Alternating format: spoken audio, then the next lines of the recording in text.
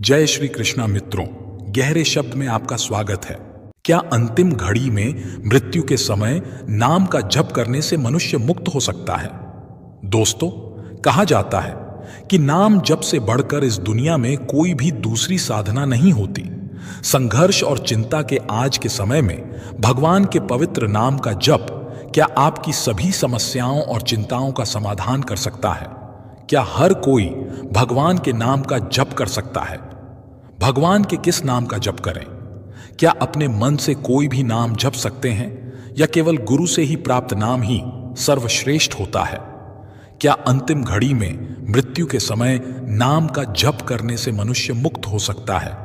प्यारे दोस्तों, नाम जप, भक्ति और परमात्मा प्राप्ति के मार्ग में आने वाले सभी प्रश्नों का उत्तर आपको इस वीडियो में मिलेगा। दोस्तों, कहा जाता है कि भगवान का नाम बहुत ही पवित्र और शक्तिशाली होता है। रोज रोज नाम जप करने से व्यक्ति के जीवन के सभी दुख दर्द खत्म हो जाते हैं और उसे संसार से विदा होने पर मोक्ष की प्राप्ति होती है। एक बार रात्रि का समय था। महात्मा श्यामदास जी भगवान के नाम का अजपा जाप करते हुए अपनी मस्ती में चले जा रहे थे। इस समय वे गहन जंगल से गुजर रहे थे। विरक्त होने के कारण वे महात्मा जी लगातार देशाटन किया करते थे। वे किसी भी एक स्थान पर ज्यादा समय तक नहीं रुकते थे। वे भगवान के नाम के प्रेमी थे। दिन रात उनके मुख से भगवान के नाम का जप ही चलता रहता था। स्वयं वो अजपा जाप करते थे और औरों को भी उसी मार्ग पर चलाते थे। चलते चलते वे मार्ग भूल गए, पर चलते जा रहे थे जहां भगवान ले चलेंगे। दूर अंधेरे में बहुत सी दीप मालाएं प्रकाशित थीं। महात्मा जी उसी दिशा की ओर चलने लगे। निकट पहुंच के उन्होंने देखा कि एक वटवृक्ष के पास अनेक प्रकार के वाद्य यंत्र बज रहे हैं। नाच गाना और शराब की महफिल जमी हुई है। कई स्त्री पुरुष साथ में नाचते कूदते हंसते और औरों को हंसा रहे हैं। उनको महसूस हुआ ये मनुष्य नहीं बल्कि प्रेत आत्माएं हैं। श्यामदास जी को देखकर एक प्रेत ने उनका हाथ पकड़ा और कहा, अरे ओ मनुष्य, हमारे राजा तुझे बुला रहे हैं, चलो मेरे साथ। वे मस्त भाव से राजा के पास गए, जो कि एक सिंहासन पर बैठा था। वहां राजा के इर्द गिर्द बहुत से प्रेत खड़े थे। प्रेतराज ने कहा, इस ओर तुम क्यों आए? हमारी प्रेत मंडली आज मदमस्त है। इस बात का भी तुमने विचार नहीं किया। तुम्हें क्या मौत का डर नहीं है? मुस्कुराते हुए महात्मा श्यामदास जी बोले, मौत का डर और मुझे? हे राजन, जिसे जीने का मोह ही ना हो उसे मौत का डर कैसा? हम साधु लोग तो मौत को आनंद का विषय मानते हैं। ये तो केवल देह परिवर्तन होता है, जो कि प्रारब्ध कर्म के बिना किसी से नहीं हो सकता। प्रेतराज ने कहा, तुम जानते हो हम लोग कौन हैं? महात्मा जी ने कहा, हां, मैं अनुमान लगा सकता हूं कि आप लोग प्रेतात्मा हो। प्रेतराज ने कहा, तुम जानते हो मानव समाज हमारे नाम से ही कांपता है। महात्मा जी ने कहा, प्रेतराज, मुझे मनुष्य में गिनने की गलती मत करना। हम जिंदा दिखते हुए भी जीने की इच्छा से रहित हैं, मृत तुल्य हैं, और यदि जिंदा मानो तो भी आप हमें नहीं मार सकते। जीवन मरण तो कर्मों के अधीन है। क्या मैं आपसे एक प्रश्न पूछ सकता हूं? महात्मा की निर्भयता देखकर प्रेतों के राजा को बड़ा आश्चर्य हुआ कि प्रेत का नाम सुनते ही मर जाने वाले मनुष्यों में एक इतनी निर्भयता से बात कर रहा है। सचमुच ऐसे मनुष्य से बात करने में कोई दिक्कत नहीं।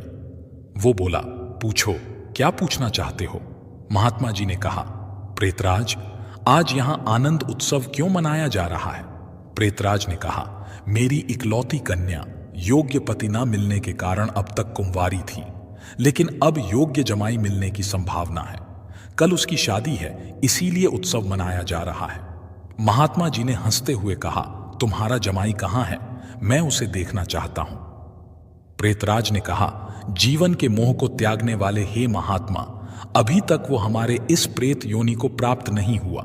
वो इस जंगल के किनारे बसे गांव के एक धनवान का पुत्र है।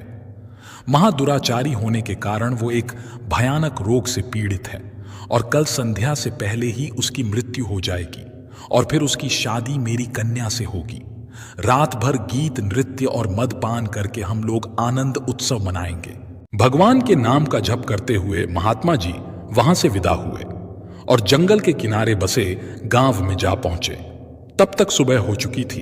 एक ग्रामीण से उन्होंने पूछा, क्या इस गांव में किसी धनवान का बेटा बीमार है? उस ग्रामीण ने कहा, हां महाराज, नवलसा सेठ का बेटा शकुलचंद 1 वर्ष से रोगग्रस्त है। बहुत उपचार किए जाने पर भी वो ठीक नहीं हुआ। महात्मा जी ने उस ग्रामीण का धन्यवाद किया और पूछते हुए उस धनवान के घर जा पहुंचे। वहां शकुलचंद की हालत गंभीर थी।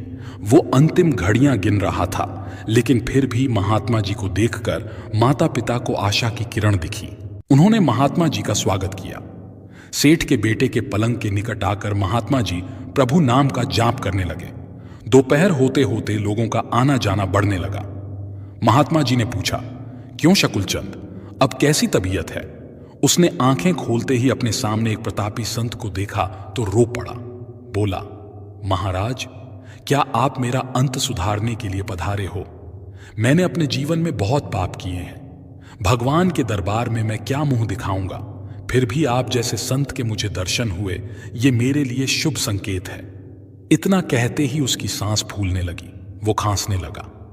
महात्मा जी ने कहा, बेटा निराश ना हो, भगवान का नाम तो पतित पावन है। तेरी ये अंतिम घड़ी है, अब काल से तुझे डरने की कोई जरूरत नहीं है। खूब शांति से अपनी तमाम चित्तवृत्तियों के वेग को रोककर भगवान के नाम के जप में अपने मन को लगाओ, अजपा जाप में लग जाओ, क्योंकि भगवान का नाम ब्रह्म हत्या आदि महापापों का नाश करने में समर्थ है। महात्मा जी ने शकुलचंद के कान में भगवान के नाम का उच्चारण किया। दिन ढलते ही शकुलचंद की बीमारी बढ़ने लगी।